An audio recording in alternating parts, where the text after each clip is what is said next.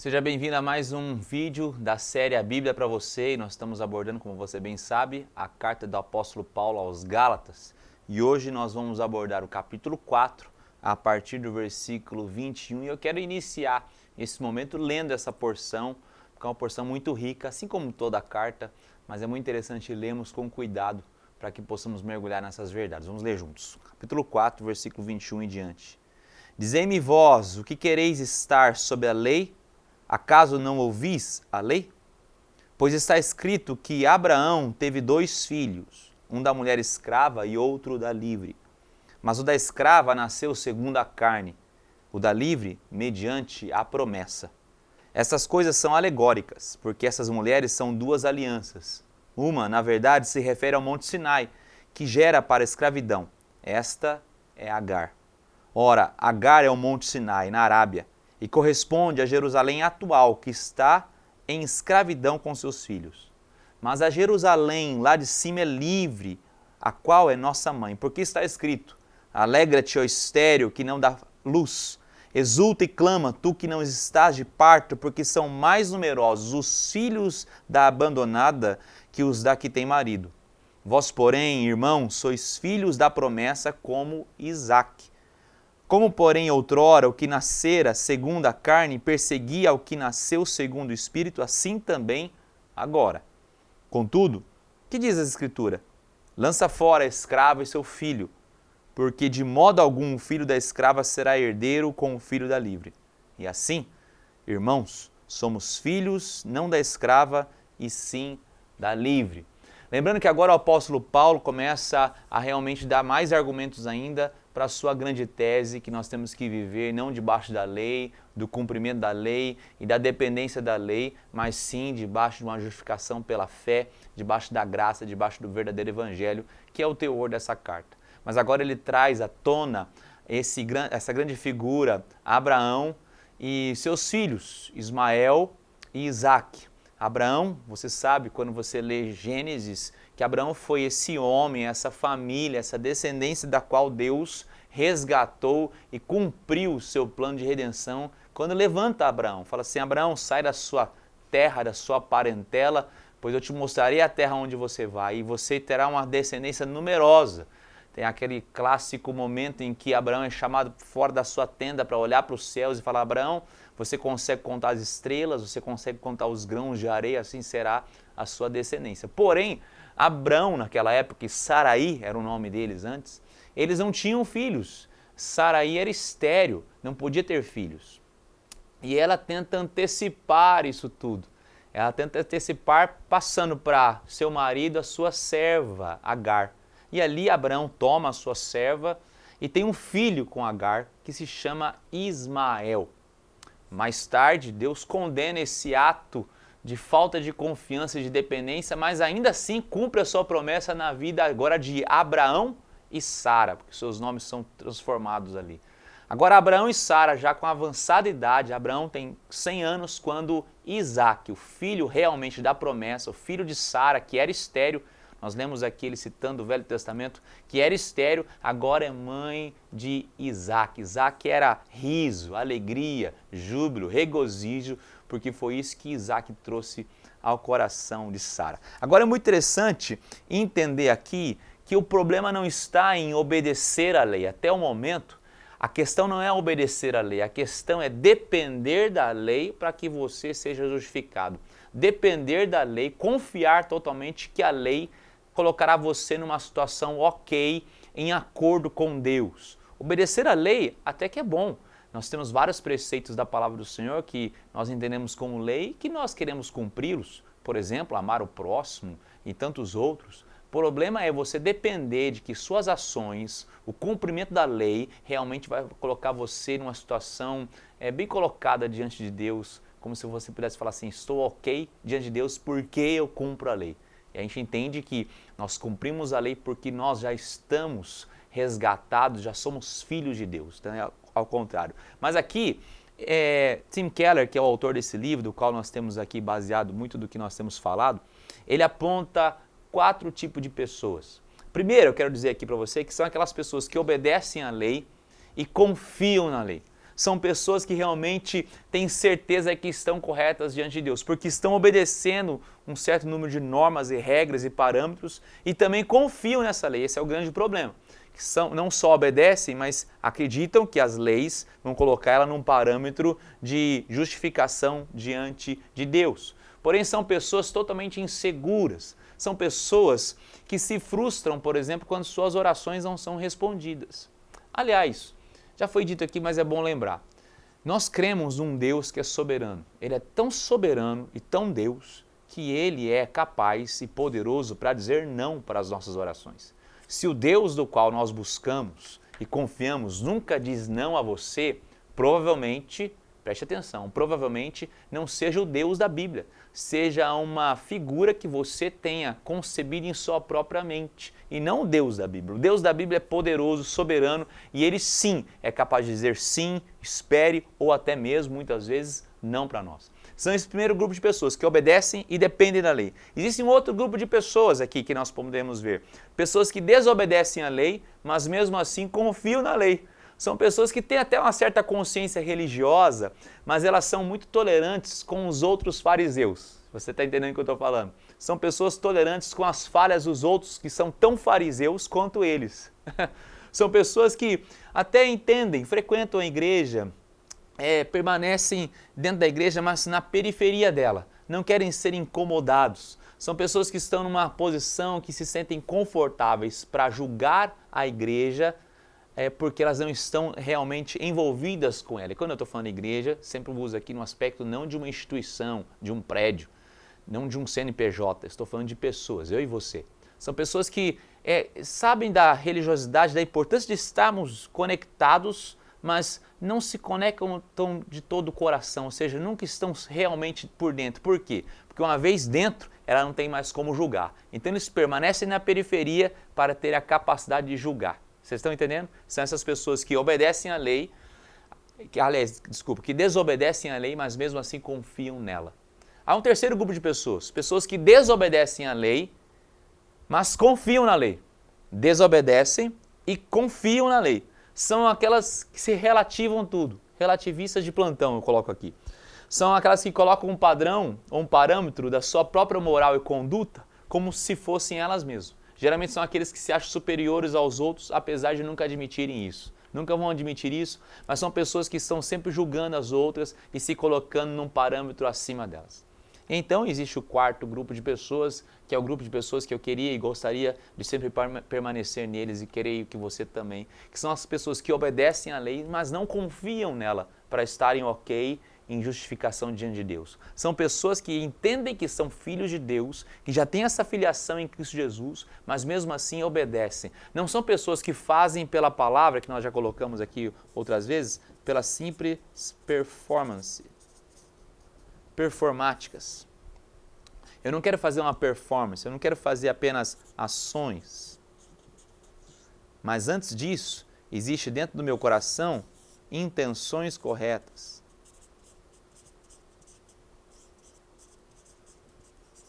E as intenções, só quem pode julgá-las é Deus.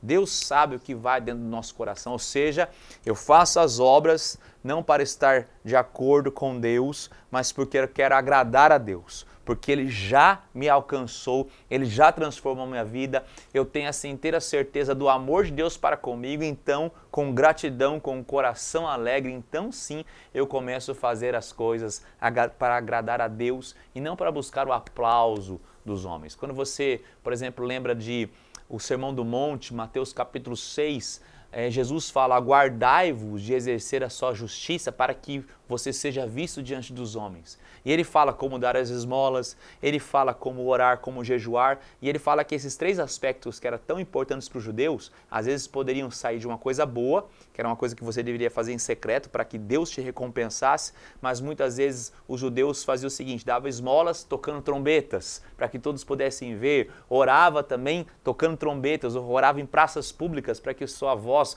ecoasse nas casas, e também jejuava, fazia aquela cara de contrição, de sofrimento, para que todos pudessem ver a sua tamanha religiosidade. Ou seja, nós temos que entender isso, que eu não quero demonstrar isso para as pessoas, mas a palavra do Senhor lá em Mateus fala, faça em secreto, para que Deus que vem em secreto te recompensará. Essa é a ideia. Paulo traz aqui agora o argumento da alegoria. Quando a gente fala alegoria, nós temos que entender que uma ideia alegórica não quer dizer que Paulo está falando que isso não tenha acontecido na história. Ele está aferindo. Isso aconteceu na história. A história de Abraão tomando Agar e tendo seu filho Ismael segundo a carne, sem confiar em Deus, mas também Abraão confiando em Deus com sua esposa Sara, e então tendo seu filho da promessa, Isaque, o descendente. Mas o que ele está falando é que mais do que história, por trás existe uma grande lição. Então ele fala dessa alegoria. E aqui ele aponta para Agar e Sara. Olha só, Agar, que era a escrava, a serva de Sara, e a Sara, sua esposa. Na verdade, aqui nós vemos Abraão tomando as coisas pela carne, com Sara pela promessa. Promessa. Muitas vezes é assim, nós queremos no âmbito de conquistar as coisas, queremos fazer as coisas na marra, queremos entender que nós temos o controle de todas as situações. Quantas vezes nós tomamos atitudes pela carne e não confiando totalmente na promessa de Deus? Foi isso que Abraão e Sara fizeram. Anteciparam algo que Deus tinha prometido para eles. Você vai ser pai de multidões. Mas ele não confiou que Deus poderia prover isso, então ele foi pela força da carne. Quando fala de Agar, ela foi para uma região junto com Ismael, seu filho, que era o Monte Sinai, na região do Monte Sinai. E quando você, que entende um pouco da palavra do Senhor, você sabe que no Monte Sinai houve a entrega dos mandamentos. Então é um símbolo da lei naquele momento. Ou seja, ele está falando assim, é pela carne, é pela lei, na dependência da lei. Ele está mostrando mais uma vez que quando Abraão ele assume Agar e tem um filho com Agar, Ismael, ele está indo concordantemente pela lei, na dependência da lei. Mais uma vez, Paulo está mostrando esse argumento, existem dois caminhos, eu e você temos que decidir. Já Sara, como é o filho da promessa, Hebreus capítulo 12 vai falar sobre isso. Ali, esse monte da Jerusalém celestial, dessa cidade que desce dos céus, é o Monte Sião. Então lá vem a Jerusalém celestial.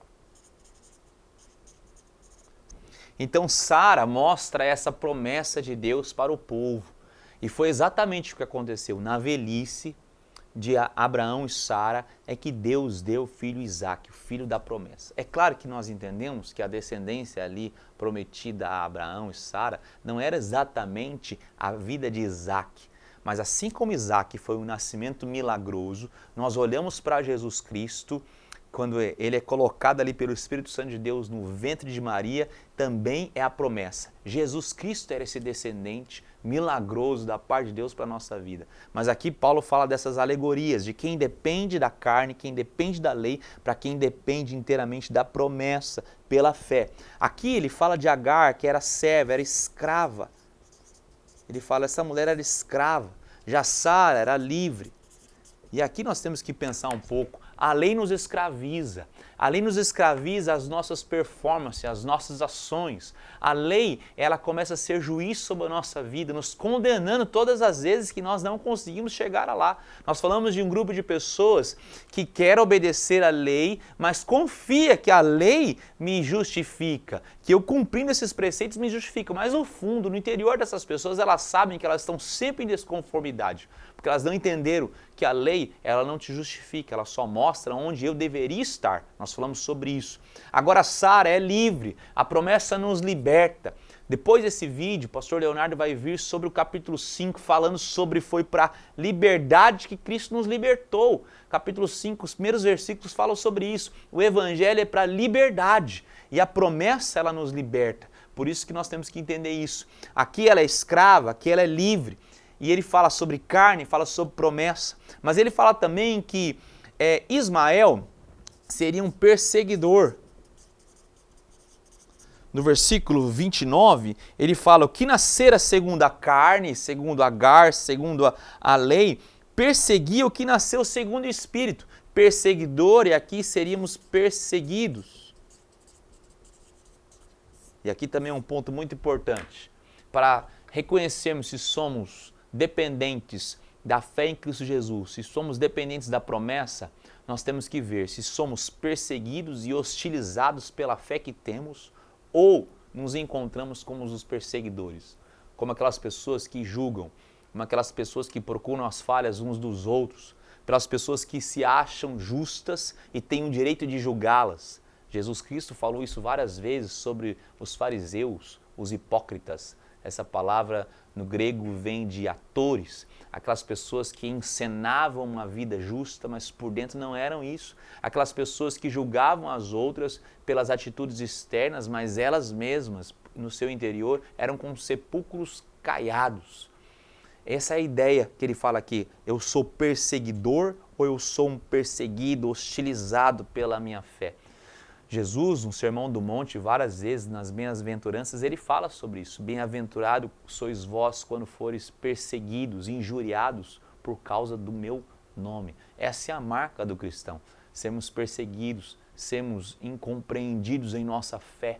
Certa vez, Jesus disse que até os da nossa casa, os nossos familiares, estariam contra nós. Por isso que ele fala, eu vim para trazer espada entre filhos e pais, entre filhos e mães, e assim entre família. E às vezes a gente não entende isso. É por causa da hostilização da família para com a nossa fé. Você deve saber disso, você às vezes deve experimentar isso na própria família que você tanto ama, às vezes ser hostilizado pela fé que você tem.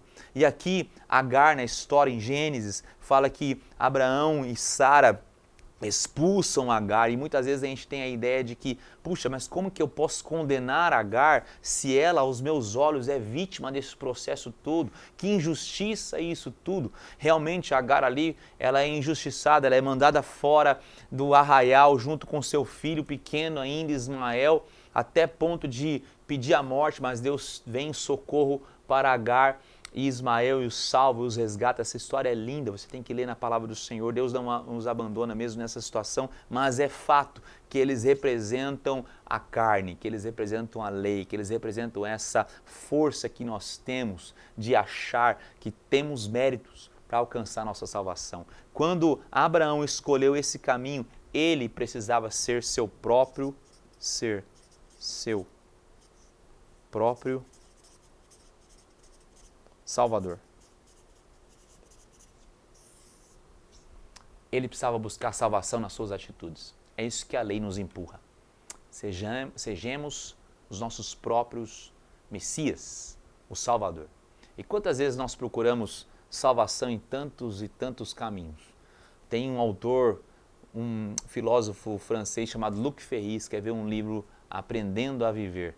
E nesse livro ele fala que qualquer filosofia, qualquer estilo de vida busca salvação. A premissa última dessas pessoas ou dessas filosofias é ser salvo.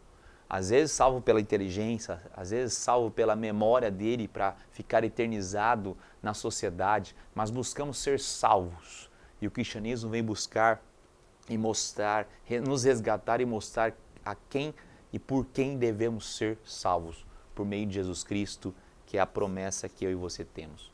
Meu convite para você é olharmos para essas duas alegorias, para essas duas histórias de Agar e Sara, para o filho da promessa que é Isaac, para o filho da carne, da lei, debaixo dessa lei que é Ismael, e reconhecemos que nós temos muito disso.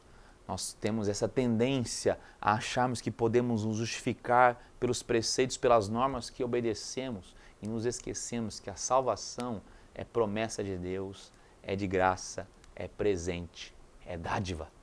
Aí sim, entendendo isso, quem eu sou em Cristo Jesus, daí eu serei capaz de abençoar pessoas, eu serei capaz de obedecer os preceitos da lei em alegria, não em culpa, debaixo de satisfação plena, porque eu estou glorificando a Deus, não nas praças pedindo aplausos, mas em secreto, porque Deus que te vê em secreto te recompensará.